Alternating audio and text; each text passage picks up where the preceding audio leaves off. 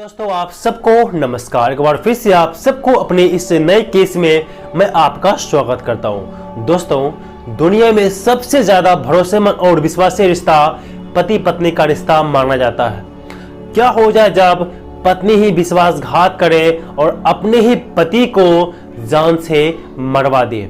जी हाँ, 300 रुपया के लिए और कम कमाने, कम आमदनी के कारण अपने ही पति को बॉयफ्रेंड के साथ मिलकर के गला दबाकर मार दी इस पत्नी ने। एक कहानी, सच्ची कहानी है। ये कहानी उत्तर प्रदेश के कासगंज इलाके की है। जो आप चाहे तो इस केस को उत्तर प्रदेश के पेपर में या न्यूज चैनल में भी आप इसे देख सकते हैं। चलिए इस कहानी को हम थोड़ा सा विस्तार से समझते हैं कि एक्चुअल में किस प्रकार से ये घटना घटा था कि कम आमदनी के कारण से पत्नी ही अपने पति को मरवा दिया। कहा तुझे मरना पड़ेगा क्योंकि तुम दौलतमंद नहीं हो। चलिए इस कहानी को हम थोड़ा सा विस्तार से देखते हैं कि इस कहानी में आखिर किस प्रकार से घटना घटा। दोस्तों, एक कहानी उस समय की है जिस समय दिवाली होती है। आप सब दिवाली धूमधाम से मनाए हैं, लेकिन उसी दिवाली के दिन में रात को जब दोनों पति पत्नी में सोया और सुबह में क्या देखा कि पति बेड पर पड़ा हुआ है और पत्नी नीचे में पड़ा हुआ है। सुबह में जब उसका बेटा युवराज जब रूम में प्रवेश करता है तो क्या देखता है कि मेरा पापा बेड पर लेटा हुआ है और मम्मी बेड के नीचे में। जब उसका बेटा युवराज देख करके इस घटना को, इस बात को पूरा चौंक जाते हैं और दौड़ के जाता है अपने पड़ोस में जाकर के वो अपने पड़ोसियों को बताता है कि चलिए मेरी मम्मी पापा ऊपर नीचे एक बेड पर एक नीचे में लेटा है, वो नहीं उठ पा रही है। तो आसपास के लोग दौड़ के आया कि क्या घटना घटा, क्या हो गया जो इस प्रकार से लोग सोया हुआ है। तो आसपास के लोग आया, देखा उसका जो पति है, उसका पति का नाम है हृदय मोहन सक्सेना और उसकी जो पत्नी है उसका नाम है पूजा सक्सेना। हृदय मोहन सक्सेना और पूजा दोनों पति पत्नी होती है। और जो इसका जो पति है वो बेड पर मरा पड़ा हुआ है और उसकी जो पत्नी है उसका पूजा वो नीचे में बेहोशी हालत में हुआ। जब लोगों ने देखा सीधा डायरेक्ट उन्होंने पुलिस को कॉल किया और पुलिस आया, दोनों को हॉस्पिटल ले गया। डॉक्टर ने तुरंत उसके पति को, हृदय सक्सेना को, उसको मृत घोषित कर दिया। उसका प्राण निकल चुका था। और उसकी जो पत्नी थी पूजा, और उसका इलाज कर वो उसके सांस चल रही थी, वो बेहोश थी और उसको डॉक्टर ने बोला इसको रिकवरी होने में समय लगेगा। तो डॉक्टर ने पूजा को भर्ती कर लिया हॉस्पिटल में। और जो हृदय मोहन है उसके जो पति, उसको तो मर गया था, उसे पोस्टमार्टम के लिए भेज दिया गया था। और पुलिस जो है इस केस के छानबीन में लग जाता है। लगने के बाद जो उसकी जो पत्नी है पूजा, उससे कुछ पुलिस पूछताछ करती है। वो बेहोशी हालत में बोलती है कि 3 आदमी आए थे, क्यों नशे की दवा दिया था और मुझ पे भी अटैक किया और मैं बेहोश हो गई। इस प्रकार से वो बयान देना शुरू कर देती है उसका पत्नी पूजा। लेकिन उसका जो पति था, पुलिस ने उसे पोस्टमार्टम के लिए भेज दिया था। और उसके बाद में इस केस में पुलिस भेज जाती है और पुलिस को बहुत कड़ी मेहनत करना पड़ता है इस गुत्थी को सुलझाने के लिए। आखिर इसका खून किसने किया? उसका जो पत्नी होती है पूछा, वो भी कुछ बताती है और बेहोशी हालत में है। 2-3 दिन के बाद जब उसका अच्छी तरह से रिकवरी हो गई, पूजा बिल्कुल ठीक हो गई, तो पूजा बताती है कि 3 आदमी आए थे। उसने मेरे पति को बेहोश करके उसको कुछ मारा, मुझ पे भी अटैक किया, फिर मैं बेहोश हो गई। उसके बाद मैं नहीं जानता, सिर्फ मैं इतना जानती हूँ कि 3 व्यक्ति मेरे घर में आया था। तो पुलिस जब इस पूजा से पूछती थी क्या घटना घटा, किस प्रकार से हुआ, तब जो है अपने बयान से वो मुकरती थी और अपने बयान को वो बदलना चाहती थी।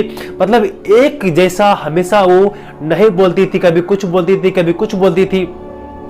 इसी बीच में जो पोस्टमार्टम के लिए जो उसका पति को बॉडी को भेजा था पुलिस ने, उसका पोस्टमार्टम के लिए जब भेजा था तो उसका रिपोर्ट आया और डॉक्टर ने साफ कर दिया कि इस व्यक्ति को कोई नशीली पदार्थ नहीं दिया गया है, इसको गला दबा करके मार दिया गया है।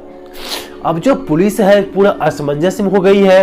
उसकी बेबी बोलती है कि 3 आदमी आया था, नशा के दवाई दिया था, उसके बाद में मुझे नहीं पता क्या हुआ।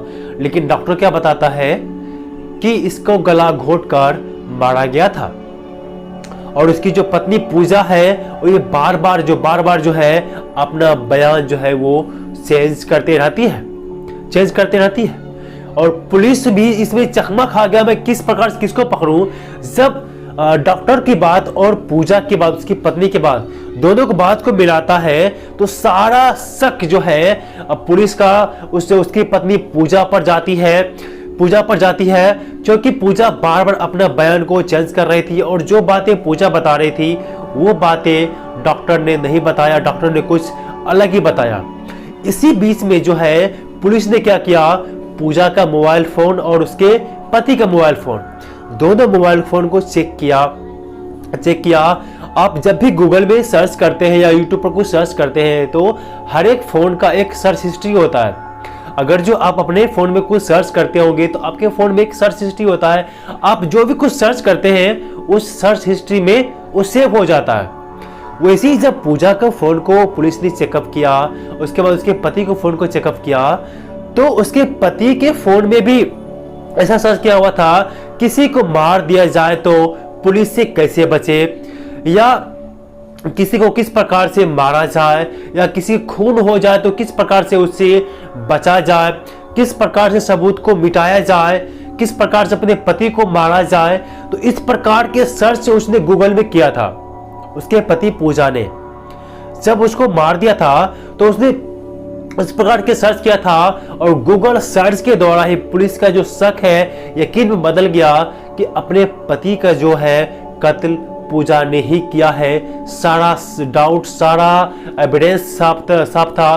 डॉक्टर के बाद पुलिस के पास में था और पूजा का और उसका पति हृदय मोहन का भी मोबाइल में, दोनों के मोबाइल में इस प्रकार का सर्च किया हुआ था कि छानबीन के बाद पुलिस से कैसे बचा जाए, पति का खून किस प्रकार से किया जाए, खून हो अगर जो हो जाए तो किस प्रकार से बचा जाए, सबूत को कैसे मिटाया जाए। अलग अलग तरीका से उसने गूगल में सर्च किया था और सारा सर्च हिस्ट्री पुलिस के हाथ में पड़ गया इस मोबाइल के द्वारा।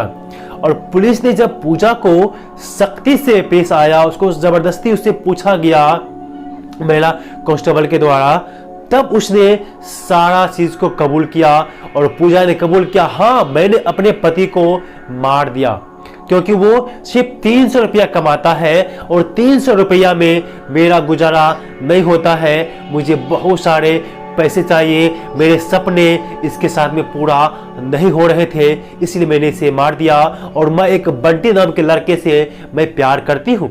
इस प्रकार के जो बयान है पूजा ने दिया पुलिस के सामने में। अब एक नया खुलासा सामने आया कि बंटी कौन है। तो पूजा ने बताया कि आज से 2 साल पहले एक मेरे घर में ये लड़का किराए के रूप में रहने के लिए आया था और वो लड़के के अच्छे खासे इनकम हुआ करते थे और इसके पति की इनकम कम थे। तो उसी जो किराएदार जो बंटी था, धीरे धीरे दोनों में जान पहचान हुआ और दोनों बातचीत करने लगे और एक दूसरे को बात को शेयर करने लगे।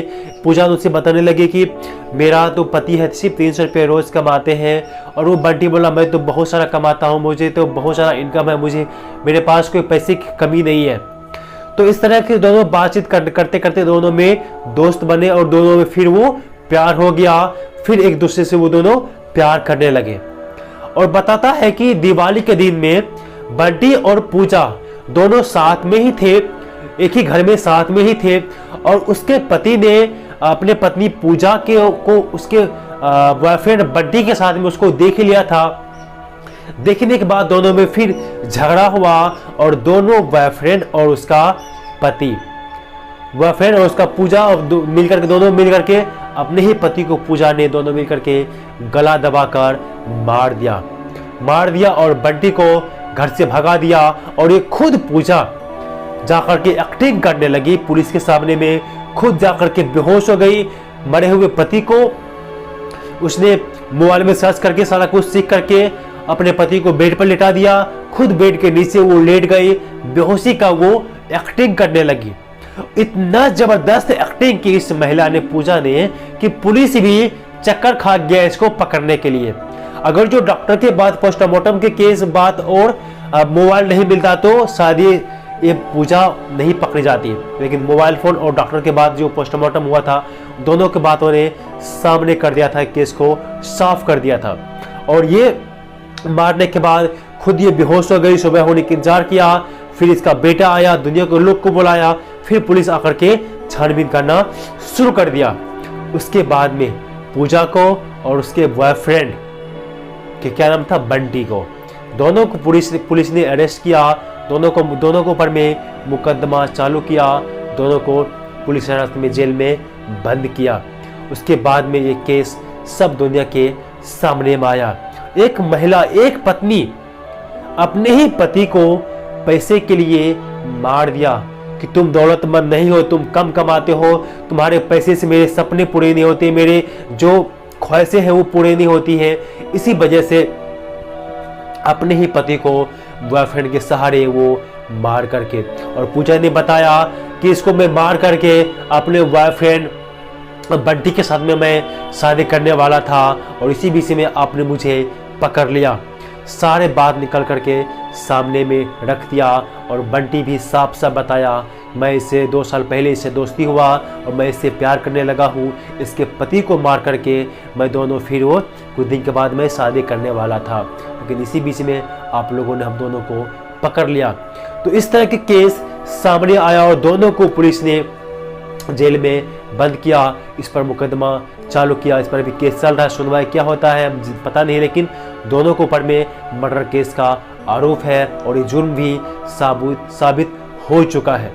इसीलिए मैं आपसे सबसे कहना चाहता हूँ, चाहे किसी भी लड़की से आप लोग शादी करें, लेकिन थोड़ा सा सतर्की बरतें, क्योंकि पति पत्नी की रिश्ता सबसे ज़्यादा मजबूत माना जाता है।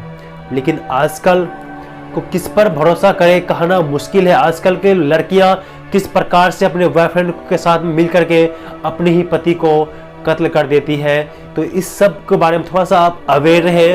शादी करने से पहले उसके परिवार को, लड़की को अच्छे से छानबीन करें, उसके बाद ही आप शादी करें। नहीं तो आप थोड़ा सा अवेयर रहे, जागरूक रहे, क्या पता कि आपके जीवन साथी ही आपका मर्डर का कारण बन जाए। आपको क्या कहना है इस केस के बारे में, कमेंट करके मुझे जरूर बताइएगा। अगर आप मेरे चैनल पर पहली बार आए हैं तो कृपया हमारे चैनल को आप सब्सक्राइब जरूर कर लीजिएगा, ताकि जब भी मैं कोई भी क्राइम स्टोरी अपलोड करूं और आप सबसे पहले आप उस केस के बारे में जानकारी हासिल कर सको। सबको